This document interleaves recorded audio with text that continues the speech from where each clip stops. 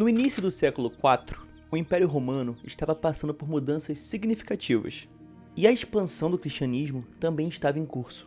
E esta era a época em que Agostinho nasceu, em 354 d.C., na província romana da Numídia, onde hoje é a Argélia. Seu verdadeiro nome era Aurélio Agostinho, embora hoje seja praticamente conhecido apenas como Santo Agostinho ou Agostinho de Hipona, por conta da última cidade em que viveu. Aos 30 anos, Agostinho converteu-se ao cristianismo e acabou se tornando bispo em Hipona. E sua mãe, Santa Mônica, desempenhou um papel fundamental em sua conversão ao cristianismo. Agostinho passou por uma transformação espiritual profunda e eventualmente se tornou um dos maiores teólogos e filósofos da Igreja Católica.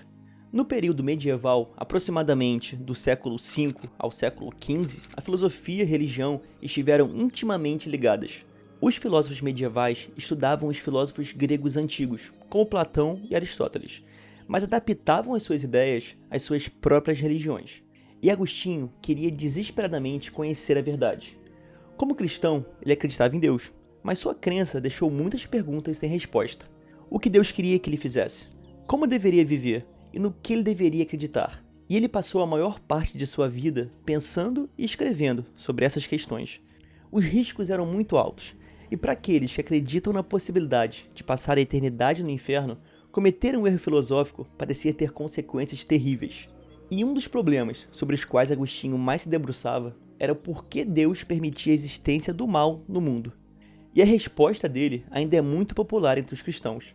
A maioria dos cristãos acredita que Deus tem poderes especiais, que ele é o supremo bem, que sabe de tudo e que pode fazer tudo. Mas por outro lado, qualquer um pode perceber que existe muito sofrimento no mundo, e parte desse sofrimento é resultado do mal natural, como terremotos e doenças. E a outra parte se deve ao mal moral, que é o mal causado por outros seres humanos. Então, como poderia um Deus bom e todo-poderoso tolerar o mal? Pois se Deus não pode impedir que o mal aconteça, então ele não pode ser verdadeiramente onipotente.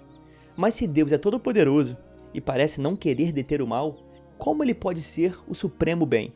Isso não parecia fazer sentido, e é algo que confunde muitas pessoas até hoje. E para tentar resolver esse enigma, Agostinho concentrou-se no mal moral.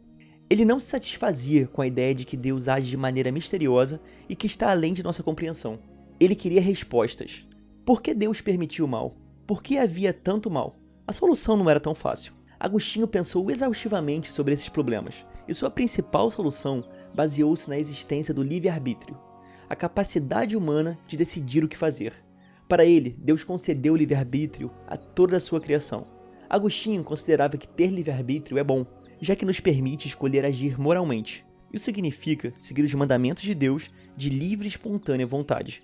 Para Agostinho, quando Deus nos dá o livre-arbítrio, isso tem que ser real, pois se Deus permitisse apenas a existência de atitudes ou pessoas boas, só nasceriam pessoas boas, que não iriam praticar o mal. Sendo assim, o livre-arbítrio seria uma grande farsa. Nesse pensamento, Deus sabe sim que nascem pessoas que irão praticar o mal, mas impedir que elas venham a existir, ou impedir que uma ação ocorra, sendo ela boa ou má, vai de contra o livre-arbítrio que é dado a todos os seres humanos. Ou seja, a consequência de termos livre-arbítrio é que podemos decidir o que fazer. Podemos praticar mais ações, como mentir, roubar, ferir ou até mesmo matar outras pessoas. E para Agostinho, isso acontece quando nossas emoções são maiores que a nossa razão. Nós cedemos facilmente aos desejos, e por isso somos distanciados de Deus e seus mandamentos. Agostinho acreditava que nosso lado racional deveria manter as nossas paixões e desejos sob controle, visão que ele compartilhava com Platão. E se Deus tivesse nos programado de modo a sempre escolhermos o bem sobre o mal, não causaríamos nenhum dano, mas também não seríamos livres e não poderíamos usar a razão para decidir o que fazer. Deus poderia ter nos feito desse modo, mas Agostinho argumenta que foi muito melhor termos escolha. Do contrário, seríamos apenas como marionetes na mão de Deus, que nos controlaria para que sempre nos comportássemos bem. E não haveria sentido nenhum em pensar sobre como se comportar, pois sempre escolheríamos automaticamente a opção de praticar o bem. Então, a conclusão de Agostinho é que Deus é sim todo-poderoso e poderoso o suficiente para acabar com o mal. Contudo, a existência do mal não está diretamente ligada a Deus. Para ele, o mal moral é resultado das nossas próprias escolhas.